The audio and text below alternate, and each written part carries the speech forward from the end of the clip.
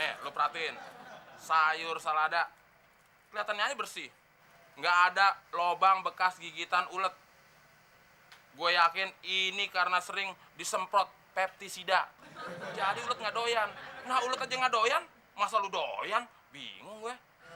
Jadi lo doyan dengan lubangnya ya? Nah, kalau yang berlobang, gue doyan deh.